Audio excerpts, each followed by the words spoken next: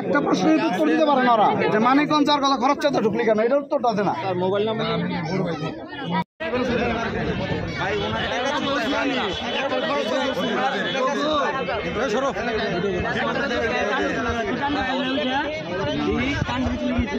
আরে দাড়ি ছিড়া দেবো দাড়ি ছিড়া দেবো